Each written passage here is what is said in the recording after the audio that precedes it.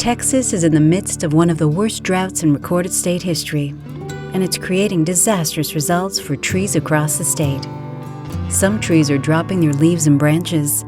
Others have leaves that are wilting and turning yellow or brown. Some trees have even died.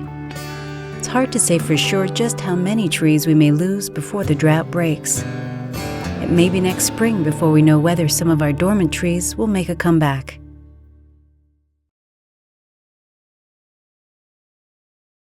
As hot and dry as it's been, there's no doubt, if you have a tree in your yard, it's under drought stress. The most important thing you can do right now is to water your trees 6 to 8 inches deep every week.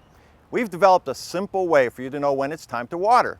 Whether you're using a sprinkler, a garden hose, or a soaker hose, all you'll need is a screwdriver.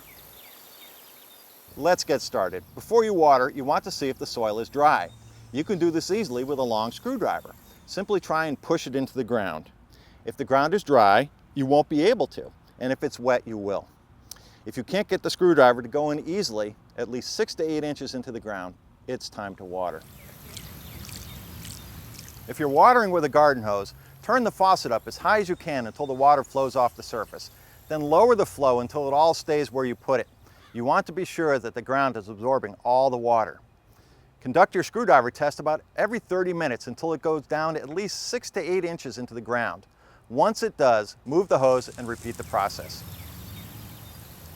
Tree roots extend out horizontally from the trunk of the tree, so you want to make sure that you water the entire area under the tree's canopy. Another option for watering your trees is a soaker hose. These allow for slow watering and work best with small to medium-sized trees.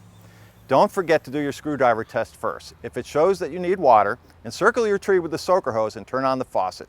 Now, most soaker hoses take about 4 hours to put out about 1 inch of water, and you'll need to put out 1 inch or 2 of water a week in a drought. So after 4 hours, test the ground with your screwdriver again to see if your tree's got the water it needs. And if it doesn't, water some more. The last way to water your trees is with a sprinkler. This is probably the fastest method.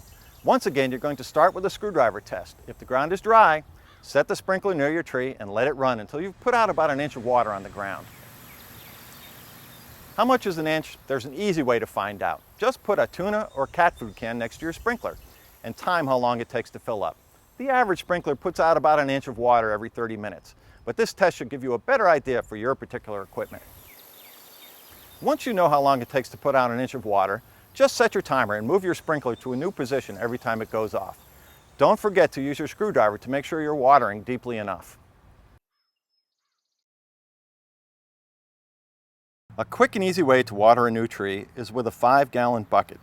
Just drill a couple small holes in the bottom, set it next to your small tree, fill it up, and let it slowly flow out. We all know trees are important. They boost your property values. They shade your house, which reduces your electricity bill.